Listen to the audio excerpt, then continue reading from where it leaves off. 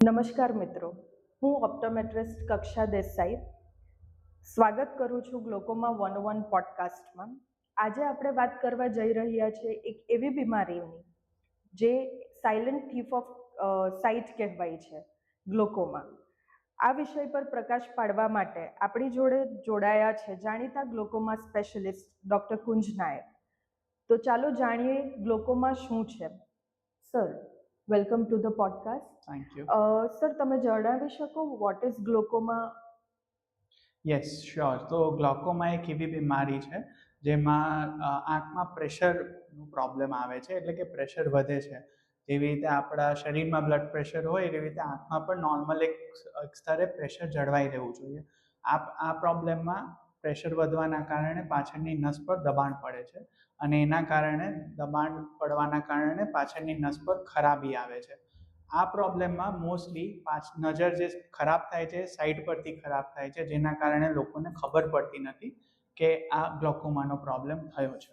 બરાબર, એટલે મને બિલકુલ પણ ખબર નહીં પડે કે મને ગ્લોકોમા છે.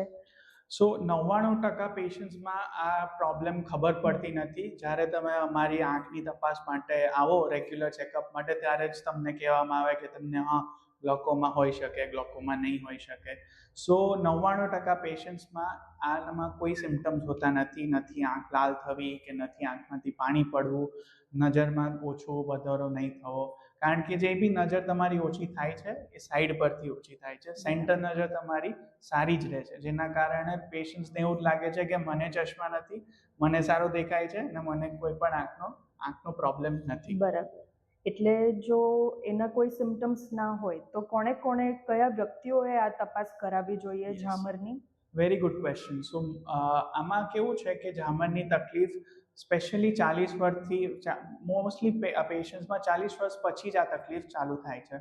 સો અમારા તરફથી જે બી 40 વર્ષની ઉંમરને વધારે છે, જે લોકોને ડાયાબિટીસ છે, શુગર છે, બીજા શરીરના પ્રોબ્લેમ્સ છે, અને ઇમ્પોર્ટન્ટ વસ્તુ જેના બી ઘરમાં ઝામરનો પ્રોબ્લેમ છે, જેવું કે મમ્મી પપ્પાને છે કે દાદા દાદીને છે, કારણ કે આ એક વારસાગત પ્રોબ્લેમ છે. બરાબર, તો એ લોકોએ સ્પેશિયલી ચેકઅપ કરવું જરૂરી.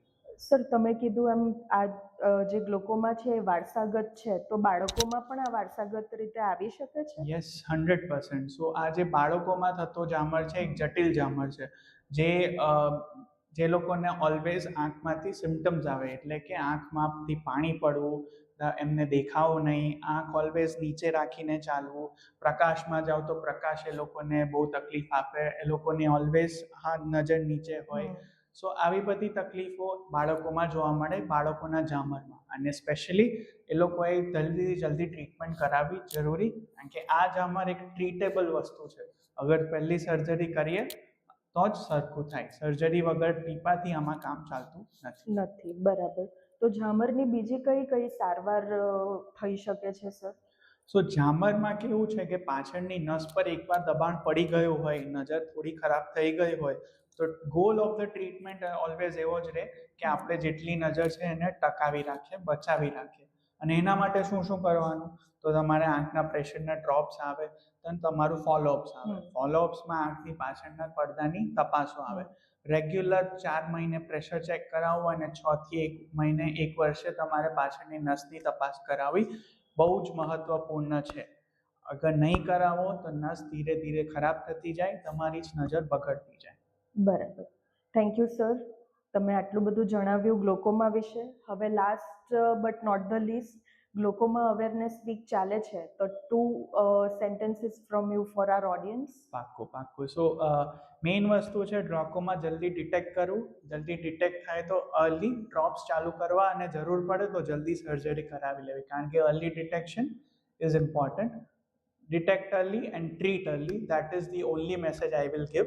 અને પ્લીઝ આ ગ્લોકોમા અવેરનેસ વીક વખતે રોટરી આઈ હોસ્પિટલમાં આવો, એકવાર આંખની તપાસ કરાવો. જે પણ આપણે ડિસ્કસ કર્યું, જે પણ પેશન્ટને લાગુ પડે છે, પ્લીઝ આવો. આપણી પાસે બધી આધુનિક ઇન્સ્ટ્રુમેન્ટ્સ અવેલેબલ છે. We'll be able to help you with all the things. Thank you sir. Thank you very much.